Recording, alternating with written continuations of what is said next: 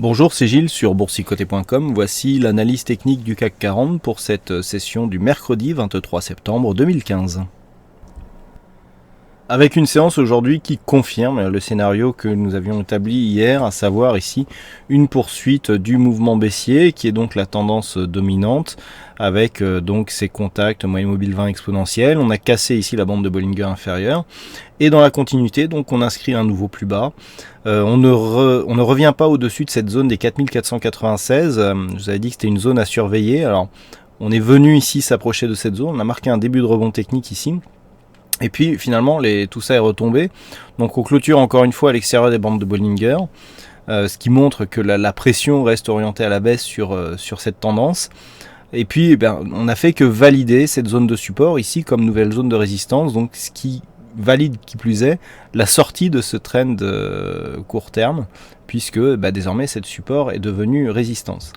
Du point de vue des indicateurs, nous avons la baisse qui commence à se matérialiser. Bon, même si le RSI reste neutre, on voit le stochastique qui rentre en zone de survente, ce qui est un signal de pression baissière.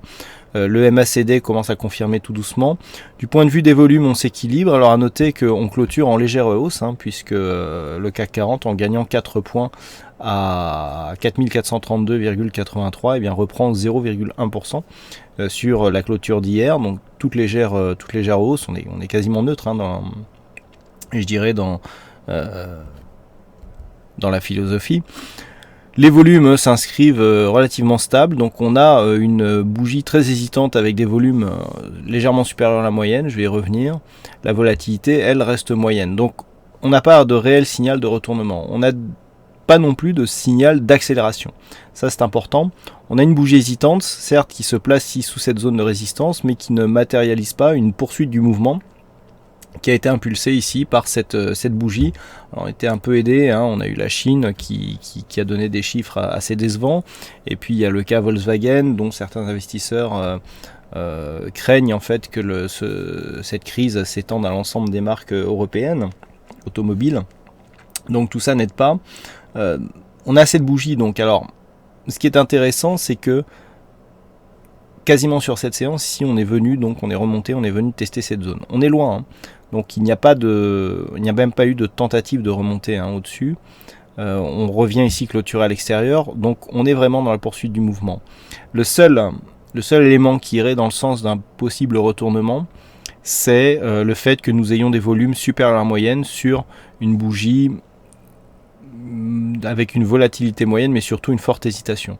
Lorsque nous arrivons ici au sommet ou dans le creux d'une tendance, ce qui est le cas si on prend ici tout cet ensemble ici de bougies, qui définit donc la phase court terme dans laquelle nous sommes actuellement, avec toujours donc des plus hauts et des plus bas inférieurs aux précédents, sauf pour cette bougie ici de rebond technique, on peut constater que on vient marquer ici une bougie, un petit peu comme ce que nous avions eu là. Et donc, le fait d'avoir une hausse des volumes sur cette bougie montre qu'il y a eu des arbitrages et qu'on peut repartir pour un changement de tendance.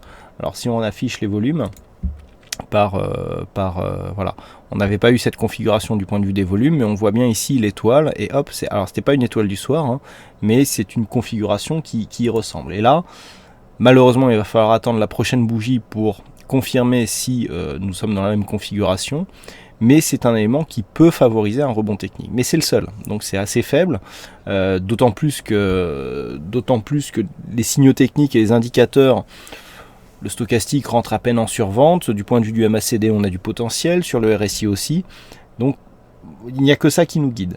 D'un autre côté, cette zone de support qui était résistance, comme je l'ai déjà dit, nous montre que on est vraiment dans un mouvement de fond, qui plus est, correspond au mouvement court moyen terme, puisque ça fait maintenant un petit moment que je vous dis que sur cette accélération retour sur moyenne mobile 20 exponentielle, on est toujours dans une tendance à prédominance baissière, et là c'est la tendance de fond qui prédomine.